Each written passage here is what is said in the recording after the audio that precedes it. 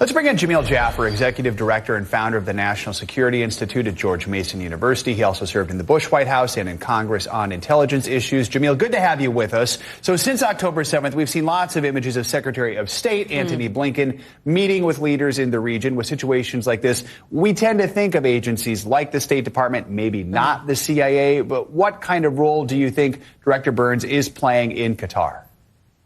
Well, it does appear today, at least, that Director Burns is the chief negotiator on these hostage deals.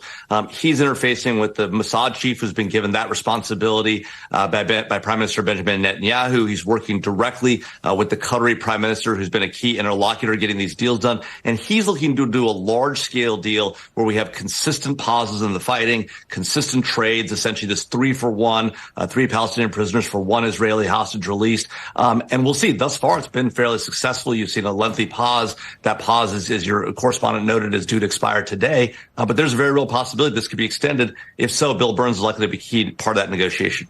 So the United States and Israel have this fairly close, really working relationship when it comes to intelligence and the military, as well as, of course, this longstanding allyship. So what does that mean for Director Burns when it comes to dealing with and negotiating with Hamas directly? What does that look like?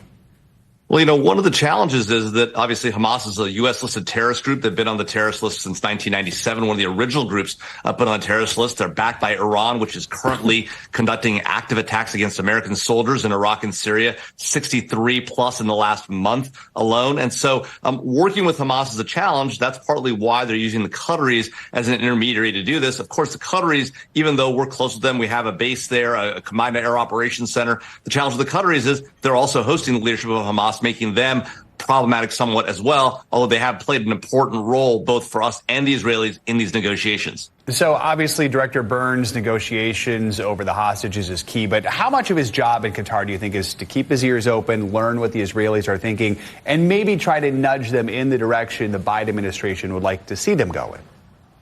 Well, look, I think obviously as an American negotiator, regardless of his role as CIA director, that's an important part of it. Remember, Bill Burns is a longtime diplomat. He served at the State Department for many, many years. So he's got that negotiation skill set. At the same time, he's at CIA now. He's got collectors and intelligence assets all around him. They know their role as well, which is to figure out what's going on and to understand the situation so U.S. policymakers like Burns can make judgments about how to work with our allies and our adversaries in this conflict. All right, Jamil Jaffer, thank you so much for joining us this morning. We appreciate it.